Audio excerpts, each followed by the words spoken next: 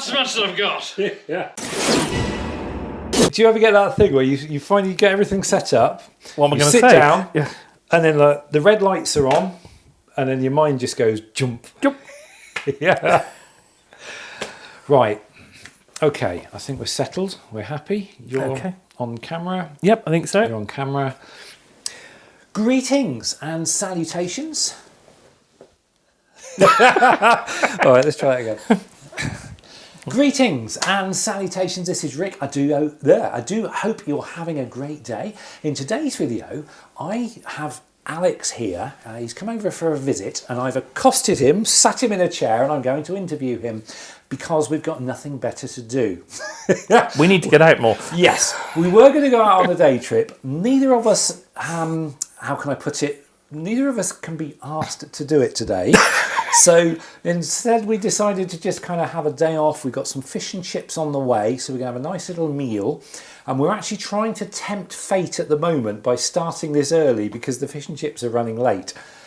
So we're sort of working on the theory that if we turn all the cameras on and start recording, then the doorbell will ring and our fish and chips will arrive. But nothing so far. So at some point we're going to hopefully be interrupted because we're both very hungry. But I thought it would be nice to sit Alex down and have a conversation with him because Alex always, generally, whenever we're out and about, always has a story to tell. So I'm going to see if I can coax some of them out of him because some of them are quite entertaining. Welcome, Alex, to my humble little home. Thank you. And thank you for agreeing to let me interrogate you. So where should we start? I suppose we need to get the elephant in the room out of the way. You're a vicar. Why are you a vicar? Right, okay.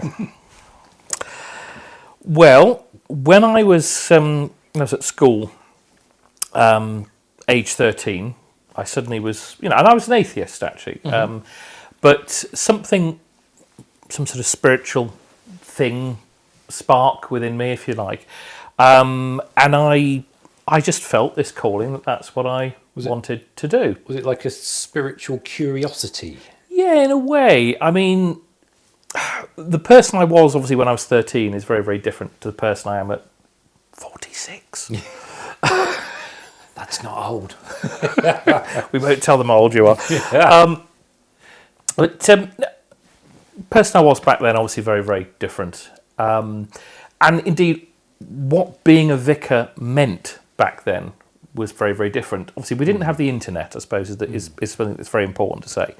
And so I was brought up in a world where you genuinely believed, as a young person growing up, that there was only one denomination of Christianity, which was the C of E. And so if you wanted to be a vicar, you were going to go and do it a set way, and you were going to go to theological college, you were going to do this, you were going to do that. And there was very much this string of things laying out one in front of the other. And it was many years later when that spark was still burning, but I'd gone off and done all sorts of other things. I'd run a pub, I'd run a shop with an off licence. When I was at university, I drove coaches. And we were saying just a few minutes ago, I did private hire car driving as well, things to put me through university. I worked at McDonald's when I was 16, so and not a lot of people know this, I might work for God in later years, but I used to be a financial advisor. Okay. long time ago. It was just things that I did to put, I was a student later in life, and I had a young family when I was studying, so I was still a working man and a full-time dad and trying to study as well. So I didn't do the conventional way that a lot of people would. But the spark was still there, and I just decided it was something that I still wanted to do. So it's like an itch you needed to scratch. Yeah. I mean, obviously, as you know, my whole thing is this sort of pilgrimage thing, the sort of spiritual, sort of searching, longing and what have you. And for me, that was part of the journey. It wasn't just about standing in front of people, loving the sound of my own voice, although that happens to go rather, comes along serendipitously. Indeed. It was about, I was on this, this journey, this quest, whatever that was, to find my place, my spirituality, and I wanted to be able to help other people do the same for them, but without sort of preaching at them, without saying, fire and brimstone, you will do this, or this will happen to you. Sinners. Absolutely. Yeah. I did once say that to you in a church, though, didn't I? Or was that you saying it to me? I think we both had a stab at that, haven't we? But no, it's been a journey, and and it still is. So why, I suppose, Just kind of like a calling then, I guess. Yeah. So basically, you've just summed up in one sentence. It's a calling. I should have just said that, shouldn't I? Waffling on. Well, no, it's always nice to get the more the wider details. Yeah. So at the moment, you're generally you just you do funerals, don't you? At the moment? If you wanted to pigeonhole me in a box, which is quite a dangerous thing anyway, you would say that I was a priest, non-stipendiary, within free church orders. Right. So basically, I now don't belong to a particular denomination. I've sort of stood aside. Obviously, once you're ordained, you're still ordained for life and what have you. So I don't practice within a particular church denomination, although there's a few different Christian denominations that do ask me regularly to go and do services. I did one a few weeks ago, which I was actually on my Facebook page. I won't embarrass it was a crematorium again. But was that the one where you got asked to because it was a celebration thing? That's right. You had Yeah. to read out all the names and That's right. And I remember inviting you to that, but it's a funny funny story. Yeah. It's funny. It's a funny story. Actually, I remember you inviting me to, and somehow it got in my head that you'd invited me to somebody's funeral.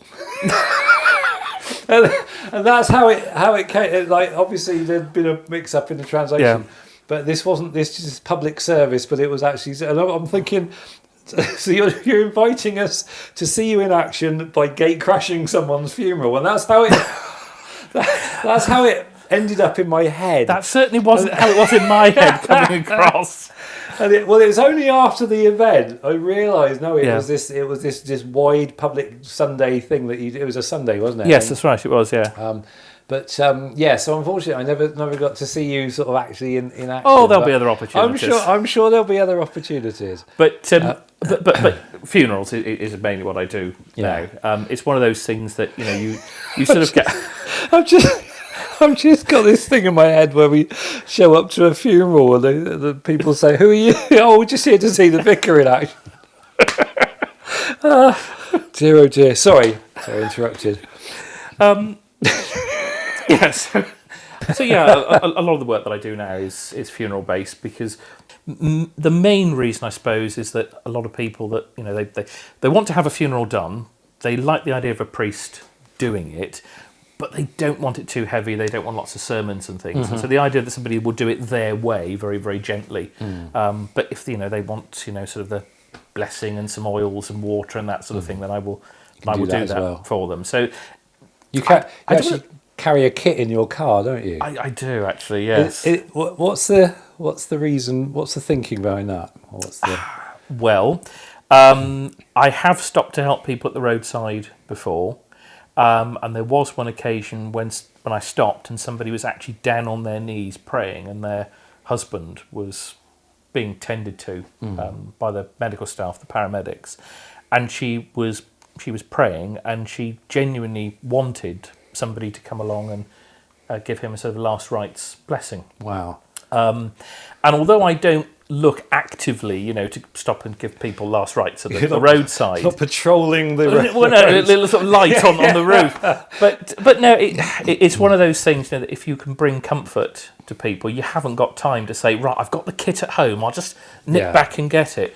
The ability just to stop and give a little ceremony that might mean the world to somebody, and they might go through the rest of their life thinking, well, at least, he had that blessing by a priest at the last moment. I mean, for some people, they might think that's, not important. They might think that that's, silly and superstitious or what have you. But if you can give comfort to somebody purely by having that little sort of kit, if you like, I mean, you could do it without, but somehow when you put the little mini stole on and you get the little water sprinkler, it just says to people, this priest has come from nowhere, sort of thing. I was going to say, it's like I could imagine if someone as well. It's I shouldn't be smiling about it. If somebody's in that situation and you suddenly appear, they're gonna. That's almost like God sent. I was going to say, there's this whole like it was a sign sort of thing. Yeah. It was like a being in the right place at the right time sort of thing.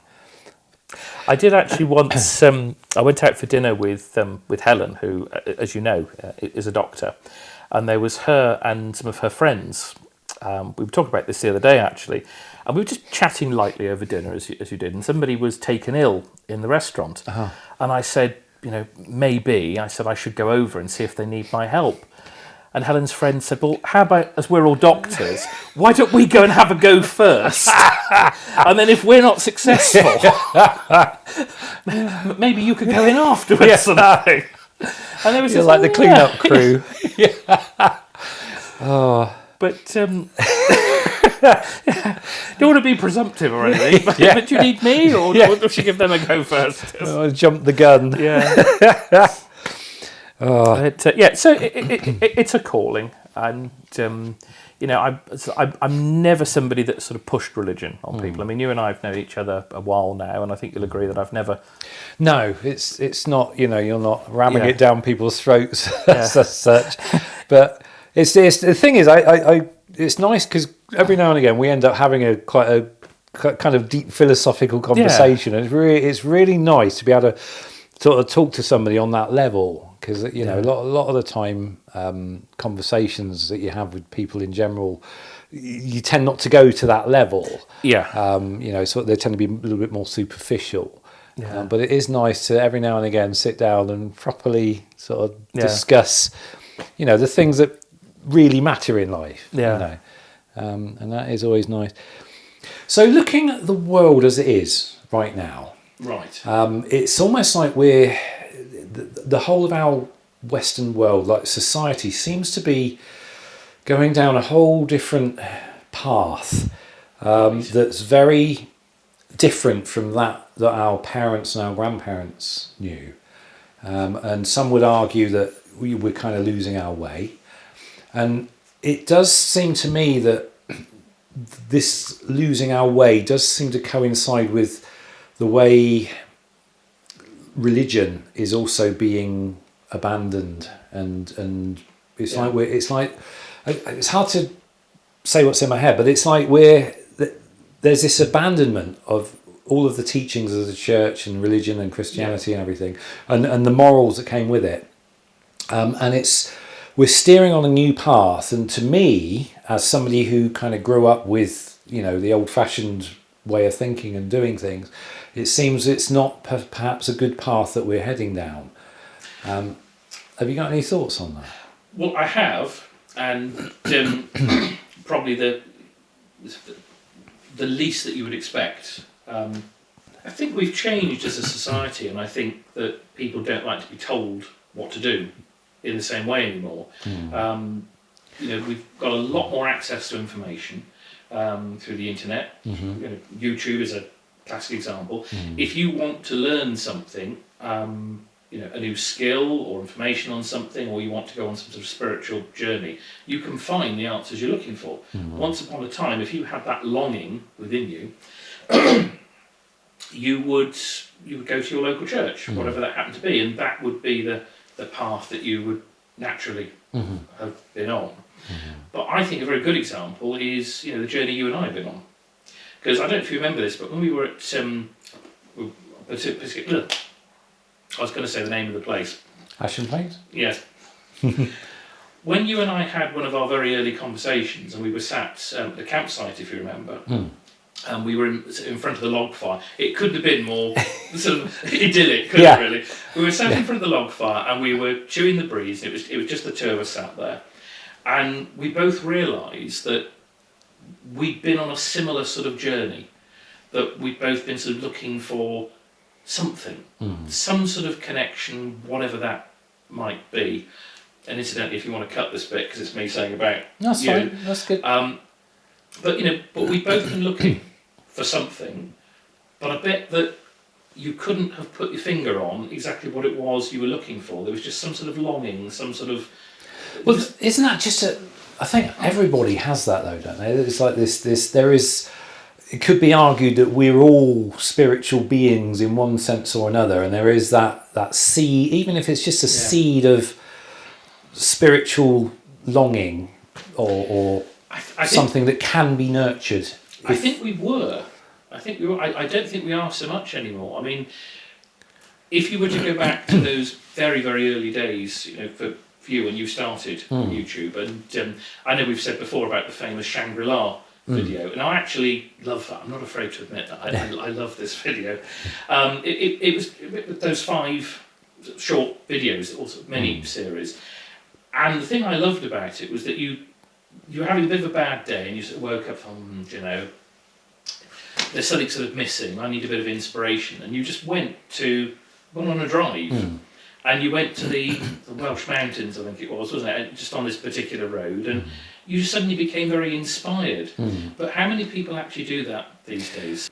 We've all got the potential to have that spiritual thing, but modern life kind of numbs it out and tunes it out. And it's only when you actually step out and just go even for like a walk in the woods or something, it reconnects you, and that's when you suddenly you think bigger outside of your little sort of existence in this noisy modern world. I think one of the hardest things to do is just to sit quietly, because there's so much noise going on all around us. It's distraction, isn't it? Well, there is, and we now carry that distraction with us in our mobile phones. I mean, something that I was thinking about the other day, that there's this whole thing about sort of, is the internet listening to you? Is your phone listening to you? Is it sort of collecting data on you and what have you? And every time we look at a website, do you wish to enable cookies or disable cookies and all of that? But we, as a people, we all carry mobile phones, and we actively engage I agree to terms and conditions. Nobody ever reads them. We use Alexa and Google, always listening. We actively ask the phone to always be listening to us, so we can suddenly say, I won't say it because I'll probably activate your system, but we would say, hey, whatever. Well, we've enabled that technology, so I'm not saying anyone's spying on us, or no, we're not, but the fact that we're engaging with it constantly, even sort of children that I know, if they want to do a sum, they will say, hey Google, what is so and so divided by so and so? The concept of a calculator, or even sort of doing long division, is now lost. So if we're plugged into this idea of the machine, whatever it is, the matrix, isn't it? Well, it's like, we never step away from it. But for me, as I'm getting older, I look at it. There's part of me, a little conspiracy side part of me, thinks it's almost intentional. It's almost like this, like, look everybody over here, and ignore what's going on over here. And it's like there's a concerted effort to not have us connecting with the more primal side of our nature and like that spiritual side and everything. So this conversation's getting really deep, isn't it? I mean, we'll be back. There's our fish and chips. Hopefully they won't be cold, although I've got a microwave. So you don't know that we've just had a break and had fish and chips because we filmed a bit and it all got a bit. It wasn't very well. It got a bit. We started going down a rabbit hole, and started. yeah. We'll leave that for another time. But I think the point of this video is to sort of so you guys can get to know Alex a bit better. Because Alex is a very interesting person, and he's always got a story to tell, and he's had quite an interesting life. So I'm kind of hoping you guys might go and check out his channel, which is the Daily Pilgrim. Very good, yes. Yes, because he's, like I say, he's always got an interesting story to tell. So as we stand at the moment, you've got. I was going to call it John. You've got Elvis, the big camper van, and you basically live in that part time now. Part time, yes. So you're a bit of a nomad. Yes, you could almost get away with a a van life YouTube channel because you almost qualify. But how did you get to this point where you're now a nomad? Sort of. Right. Where do we begin? Yeah. Well, the honest truth is that my YouTube journey really started properly 5 years ago, and this is all sort of linked in. I'd done a couple of videos before. They weren't very good. They're still up there, but they weren't very good. But my whole life was centred around my wife, my 4 children, the life that I had, which was as a part-time vicar, doing funerals and what have you. I was very much a sort of stay-at-home dad, and I would drive my children to ballet and what have you. Even my son, bless him, he did ballet when he was younger. He probably won't thank me for saying this, but when he did when he was younger, he gave up, I think, when he was about 7. He did this very, very entertaining dance on the stage, which he forgot, and he just went round and round in circles, and we decided his dancing career was over that day. You wasn't quite Billy Elliot then? No, not quite, but... I that was my identity. I was a stay-at-home dad. I was very much sort of a family man, and I worked, I say part-time, I probably worked 40, 50 hours a week doing part-time funerals. But my whole life was centred around that identity. That family man was the person I was. Now, I'm not going to sort of speak ill of my ex-wife or anything like that, because I don't think that's right to do that. But certainly one day, the life that I thought I had came crashing down, because it wasn't my choice to separate. Looking back, do I think it was a positive thing? Maybe that's a conversation for another time. But certainly the person I was had to change. So I spent a year on my own, pottering, just starting to find myself. And then I got together with Helen, my now partner of 4 years. So that's, and I have to say, it's been a wonderful 4 years, okay? I don't want to compare the old with the new, because I think that's a dangerous thing to do, but I will just say it's a very different life that I have now. Can I just interject? We all met Helen about a year ago at Ashen Plains. Yes. And we all looked at each other after she'd been around for about an hour. Yeah. I think she'd left the building. Like Elvis left the building. She left the building for a moment. And we all looked at each other and said, yeah, you were made for each other. Oh, that's nice. You two were like 2 peas in a pod. It was just so nice to see. Sorry, carry on. Right, where were we? So Helen was very, very supportive of me being the person I wanted to be. And so, she said, well, if you want to go and do this whole YouTube thing, and that's going to help you find the person you are and your spiritual journey and all of those things. She said, you need to go and do it. And I said, well, the idea of the Daily Pilgrim, I said, didn't really work very well before. And she really cut through it, and she said, that's because you didn't do anything with it. And there was suddenly this real call to action. And so I started going off on my little adventures. I had a Nissan Elgrand in those days. Okay. Very, very different arrangement. And as you know, you're a witness that I've slept in a Mercedes SLK. The Elgrand was a bit more spacious. There was obviously John, and you got to love John, haven't we? It was a time and place and all of that. John was a little micro camper van. Well, car, estate car with a pod in the back that you could sleep on. Maybe we'll insert a photograph here. So, after having played with many camper vans, going out doing adventuring, having great fun. I was renting a little house in Cheltenham because my son from my first marriage, Noah, and if anyone that's watched my channel, they will probably realise very quickly that between Helen and Noah, they are very much the leading part of my life. So Noah and I have always had a very, very special bond, father-son adventures, going off doing things.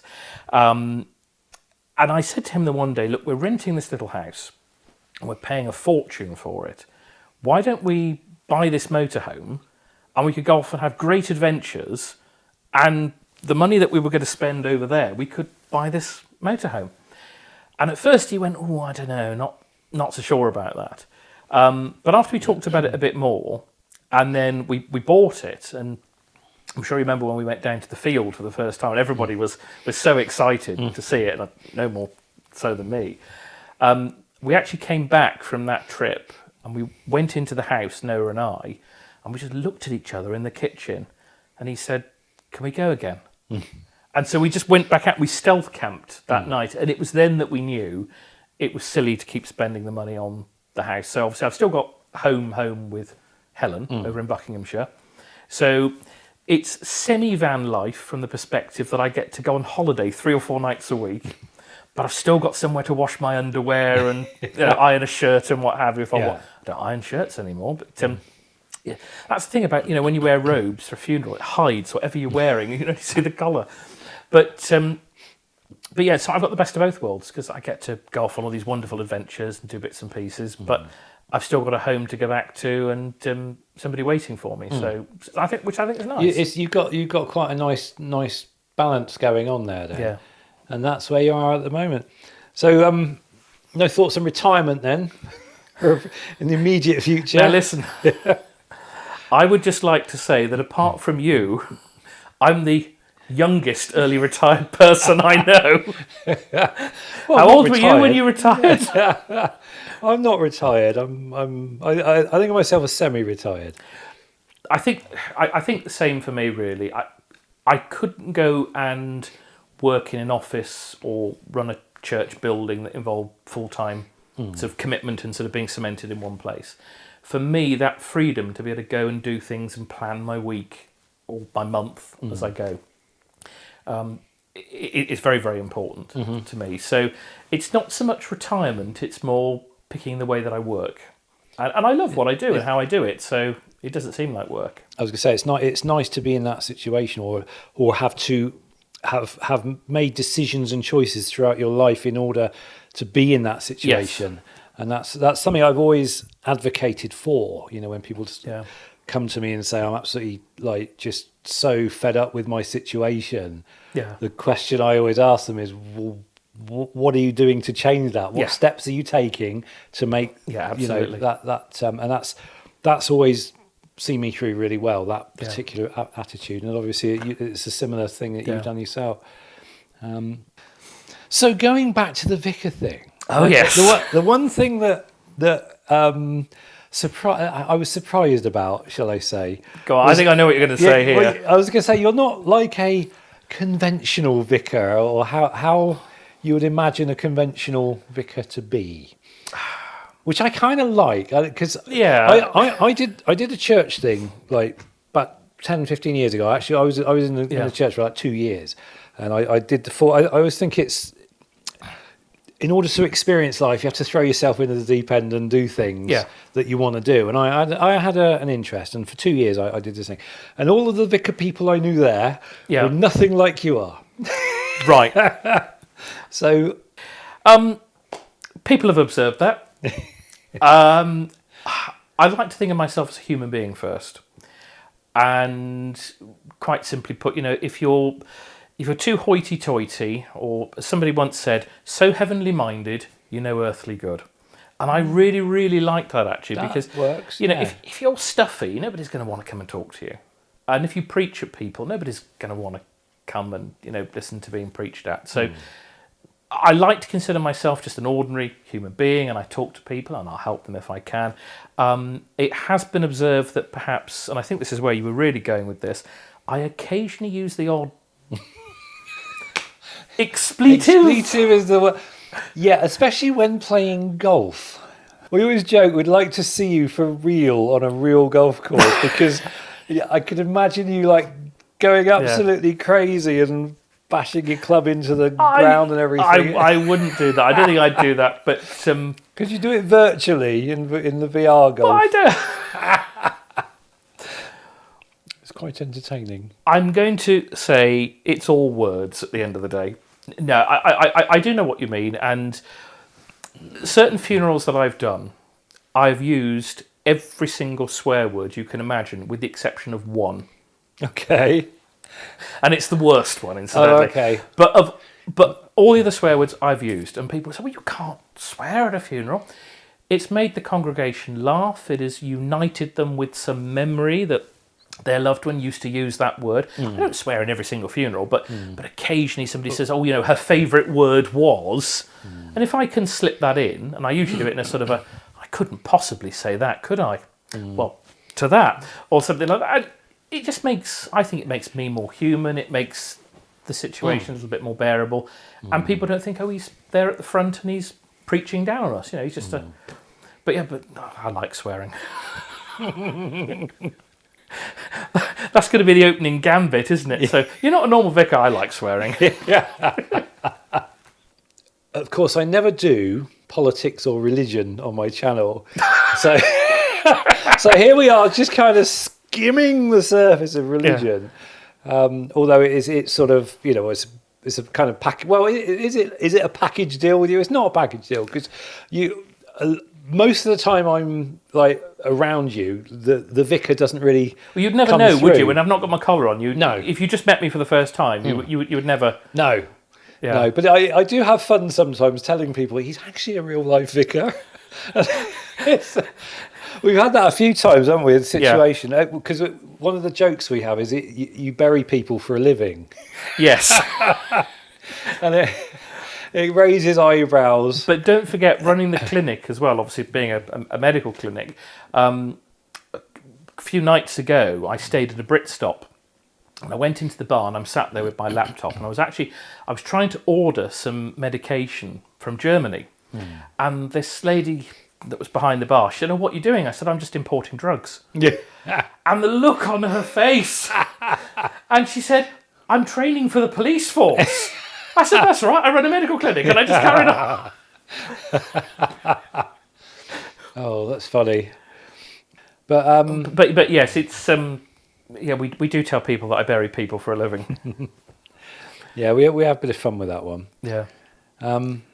But we get good treatment as well, don't we? When I've got my collar on, That is you like that, don't you? That is very interesting to just see how people treat you. Like I say, every time we've been out and looked at those churches, especially if I'm dressed up a little bit more smartly, like I have been doing more recently, it's really funny when people see it, and they do the double take, see the dog collar, and then all of a sudden they don this respectful persona. Yes. And it was in that was it Hales Abbey? I think. Yes, it was. That guy behind the counter. He did everything but salute, didn't he? It was really funny. I think that was the first time I'd actually seen you in your dog collar. Well, I'd just been to a funeral, hadn't I? I'd literally just done a funeral that morning. And you turned up in your little Mercedes, your little open-top Mercedes, with your vicar, your dog collar on. That's right. We had a cup of coffee. Actually, that was quite a significant day, that Hales Abbey. Yes, it was, wasn't it? Firstly, I had the best cup of coffee I'd ever had. And that set me on a journey, and I've ended up with my barista equipment and everything now. We went to Hales Abbey, which set the benchmark for the places we want to visit. Yes, it did, didn't it? Yeah, absolutely idyllic. It was so gorgeous. Yeah, everything about it. And that was the first day I saw you in your dog collar. So. Yeah.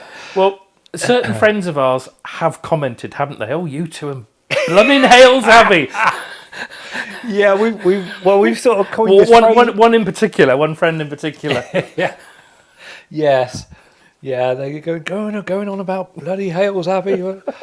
but we have kind of coined this phrase where it's like where we look at each other and say, it's not quite Hales Abbey, is it? Yeah. Now that we've said that, we mustn't mention this friend's name. So no, don't say Damon. Whatever. No, I won't say Damon. No. Oh dear. So why is it we didn't want to go out and do another church today then? Because that was the plan. It's been on the calendar for the past 2 weeks. We thought filming day Wednesday, with Alex, and then I don't know. It might be the weather, because the weather's like we're starting to get to that time where everything's winding down for the winter. I think as well. Don't forget that we had the slight hiccup with Elvis's windscreen. Oh yes, got to insert photo here.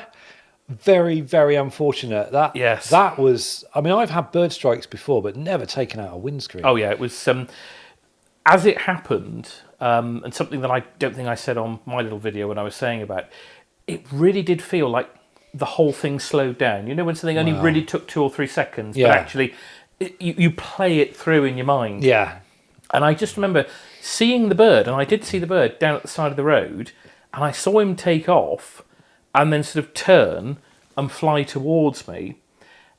And I remember thinking, okay, so I can't swerve. There's traffic to my right and there's traffic behind me. So just take the foot off the accelerator, slow down, don't make any sort of sudden movements. But then he didn't swerve the way that I thought he was going to swerve. Well, no, let me put it another way. He was, and then he suddenly just went, no.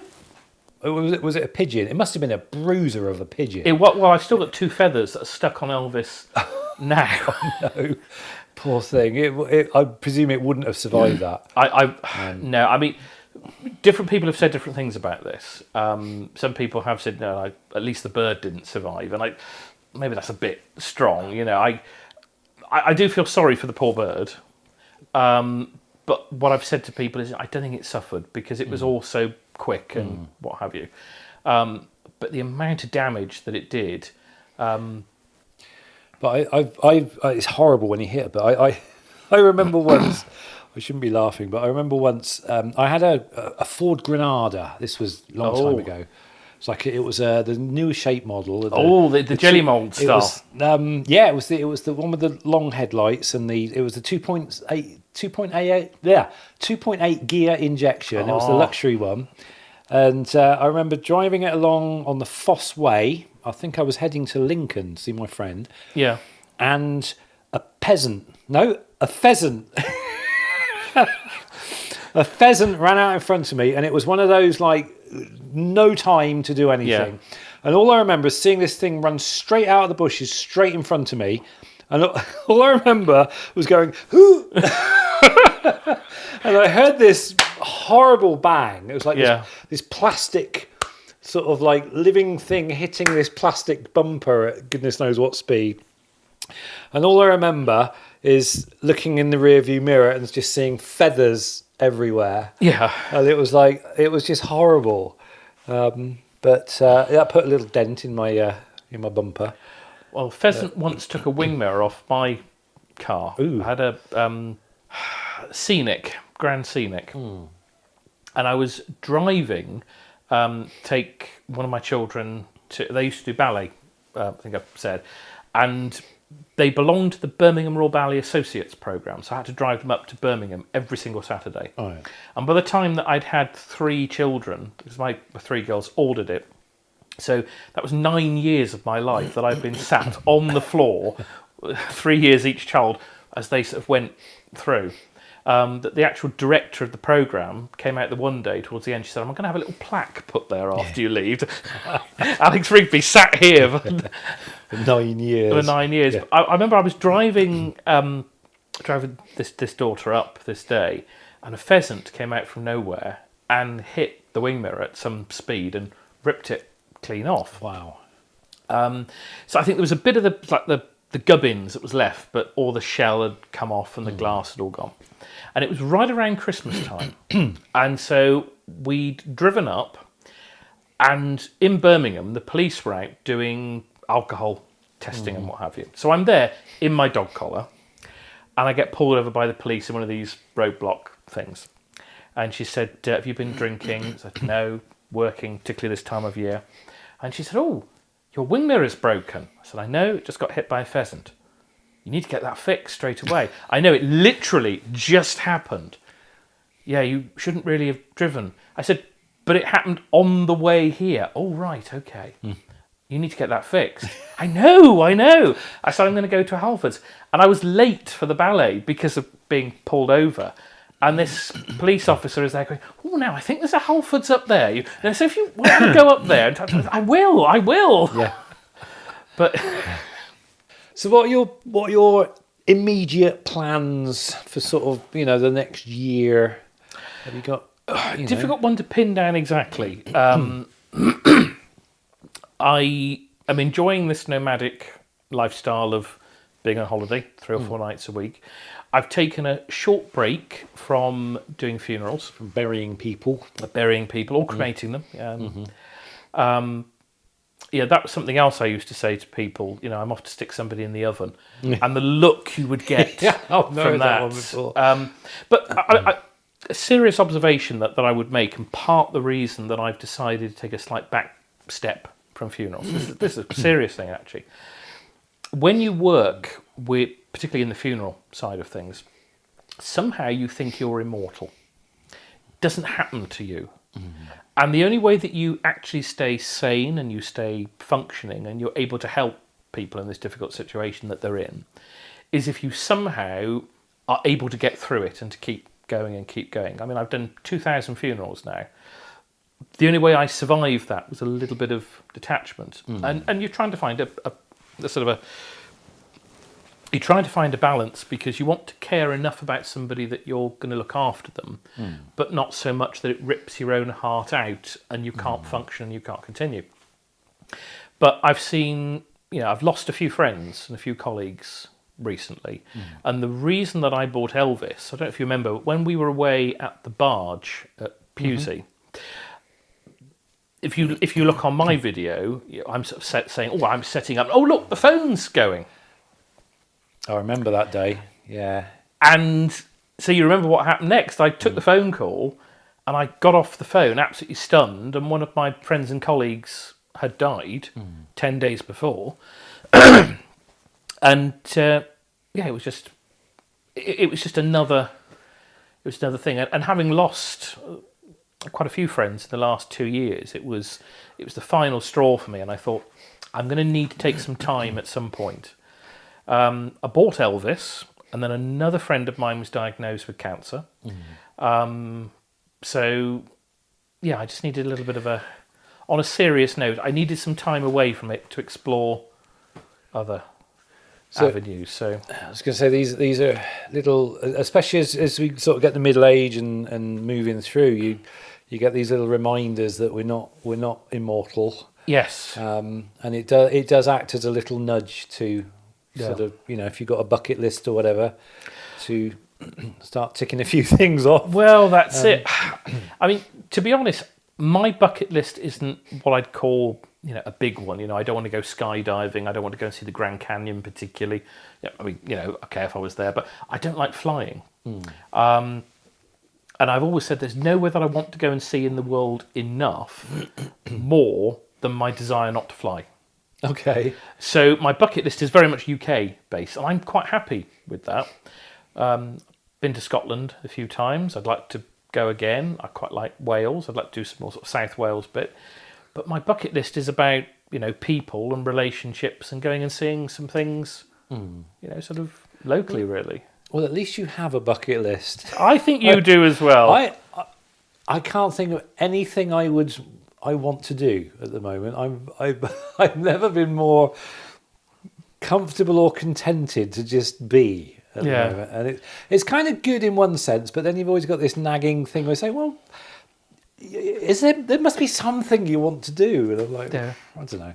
I think the more that I think about it, there's certain little adventures I want to go on, but again, you and I, we've had this thing planned for a while that we won't spoil, but a particular trip that you and I said about taking. Yeah. And both of us really wanted to do that, but we haven't done it, and it's 9 months later now. Yeah, that's true. Yeah, it was going to be a summer thing, wasn't it? But it never happened. Well, we were at Bybury, weren't we, when we decided that? Do you remember? That's right. Bybury Trout Farm. At the trout farm, yeah, because we couldn't get parts anywhere else. But so what about are we still going to carry on? Well, because the thing is, when we make videos, it's like you normally have to book a day off like weeks in advance so that you've got some time. Otherwise, your business tends to sort of command most of your time. I mean, I think probably you see less so now because having deciding to take the break from the funerals. Our clinic operates on 3 days of the week. So the days that aren't those 3 days are days that I can go out and about. I can take the phone with me. Like this afternoon, we've been chatting. We've had our fish and chips. In fact, fish and chips. Do you remember taking the mickey out of me when we did Ashen Plains last year? Remind me. Oh, Yes, Alex is off to get the fish and chips. Oh, that's right. I think an insert clip here. Hello, I am Alex. How do you do? Welcome to the Daily Pilgrim channel. Right now, Alex is off for some fish and chips, so we've got his camera. Yeah. Yes. But the funny thing was, you actually had that impression down to a T without realising it, because I'd cut to the bit where I actually said, right, I've got the fish and chips. I was like, I was thinking exactly the same. I thought, you... Yes. Well, yes. Well, I mean, there is a side of you which is caricaturable. I think I don't know if I just coined a phrase there, but yes. Yes, but we always keep it quite civilised, though. Oh, don't yeah, we? absolutely. We sort of behave ourselves. Although every now and again we'll go off the rails a little bit, but that doesn't always get filmed. No. But I really enjoyed this, actually, just sort of sitting down and having a natter and a chat. But it would be nice if because I know we, like I say, we have some really good conversations, especially on like the spiritual side of things. Yeah. We like to put life, what's the word, under the microscope and really put the world to rights. But also, like I say, it's nice to have someone to have those kind of deep conversations with, because I used to have a lot with a friend of mine, but he moved to Spain like years ago, and I even as a youngster I used to have these really deep philosophical conversations with it, and we would sit there over a couple of pints, on a Saturday night, and we would like finish at 3 o'clock in the morning. It was so intense, but such a cracking like conversation, and you go to, like, nothing was off limits, and you just talk about all this stuff, and it always went really deep. And you're the first person that come along for decades where I've been able to have that kind of conversation, and it's been such a breath of fresh air. It's been really good. So it would be every now and again when we were having our conversations, I think it would be nice to be kind of cool. We stuck a camera on and just. Because although the problem is that you have got that thing where the camera's there and it does steer the conversation. So I suppose what you need to do is, like, I don't know, have a conversation for several hours where you actually forget the camera's on, and that's when you start the flow and everything, and that's when the really good stuff comes along. But yeah, so I don't know, just sort of thought I'd throw that one out there. Yeah. My channel's not really a deep philosophical discussion channel, really. Well, considering mine's called the Daily Pilgrim and it's done by a vicar, mine isn't really either, is it? Well, yeah, that's true. Well, maybe you're missing a trick there. Maybe if you went more deep and philosophical. But maybe the thing is, maybe that's not the sort of thing you could do as a monologue on a channel. Maybe you do somebody bouncing, because the conversation goes much better when you're bouncing off somebody else, and it's quite often the ideas then flow, and you can really get some good ideas out and some good conversational flow. So maybe we should do this again sometime, but like pick a subject or whatever. Yeah. So I don't know. What do you think? Or should I stick to the VR videos and going to church once a couple of months? Don't know. But anyway, there we go. I think we'll wind that up now. This is okay. This is just an informal little chat, really. So you guys can get to know. I was going to say Elvis. I'm tired. So you guys can get to know Alex a little bit better, sort of, because I know some of you guys have said in the comments about Alex and asking questions about him. So I thought it'd be nice to just shut the camera on and have a little informal chat with Alex. You guys can get to know him a bit better. I recommend. Alex has got some interesting videos.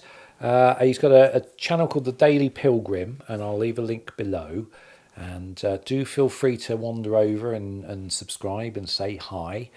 And no doubt there'll be more to come. Yeah. So, I certainly hope so. Yeah. And again, on this one, I think we'll probably head out somewhere and film something at some point. Yeah. I mean, even though it's winter, I'm sure we'll think of something to have a filming day on. We'll figure something out. I dare say Swanage is going to come back into the Possibly equation somewhere. Although we did say we were going to do Hales Abbey as well before the summer ended. I think they're closed now. Oh, they closed now, are they? Yeah, I think it's October they closed. So that'll be. We'll mark that on the calendar for next year. We'll get a really nice sunny day next year. We'll have to rejoin though. Our National Trust, our English Heritage membership. To be honest, it's probably better just to pay the £5 or whatever it is to get in. Look, £140 for each for those 2 memberships.